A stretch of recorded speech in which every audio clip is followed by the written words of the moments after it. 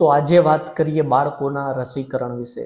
એટલે આમ તો મોટા ભાગની રસી આંગણવાડીમાં સરકારી આરોગ્ય કેન્દ્રમાં આપણે મળી જાય છે। હમણાં નવી રોટા વાયરસની રસી અને ન્યુમોનિયાની રસી પણ આપણે આંગણવાડીમાં મળી જાય છે। પણ એમ છતાં પણ 4 એવી રસી છે જે આપણે અપાવીએ તો એ 4 રોગ સામે રક્ષણ આપે। એ 4 કઈ રસી?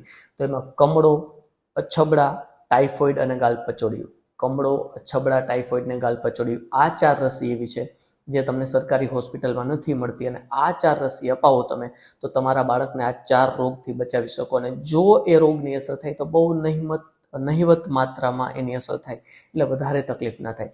થોડી ખર્ચાળ હોય, એના 2 ડોઝ આવે, અમુક રસીના 3 ડોઝ આવે। આ રસી તમારા બાળકને અપાવવાથી, અથવા આ બધી રસી એવી છે અમુક મોટા માણસોને પણ, એટલે વડીલને પણ આપણે આપતા હોઈએ, આ કરવાથી આ રોગથી બચી શકાય। તો એવી કઈ રસી છે? સૌથી પહેલી રસી છે ટાઇફોઇડની રસી। ટાઇફોઇડની રસીના 2 ડોઝ આવે। ટાઇફોઇડની રસી અપાવો તો ટાઇફોઇડ થવાની શક્યતા બહુ ઓછી, અને જો ટાઇફોઇડ થાય તો એની જે અસર છે બહુ ઓછા પ્રમાણમાં બાળકને અથવા મોટાને થાય। તો ટાઇફોઇડની રસી અપાવી શકાય પહેલી। બીજી વસ્તુ છે ગાલપચોડિયું। ગાલપચોડિયું છેલ્લા 6-8 મહિના પહેલા આપણે બહુ કેસ જોયા, દરરોજ 8-10 કેસ આવતા। તો ગાલપચોડિયાની રસી જો તમે અપાવો, એના પણ 2 ડોઝ આવે, તો ગાલપચોડિયું થતું નથી, ની તાવ, દુખાવો, સોજા, અને અમુક કેસમાં ગાલપચોડિયાને લીધે તકલીફ વધી જાય, એટલે સ્વાદુપિંડમાં સોજા આવે કે શુક્રપિંડમાં સોજા આવે તો એ તકલીફ પણ ના થાય।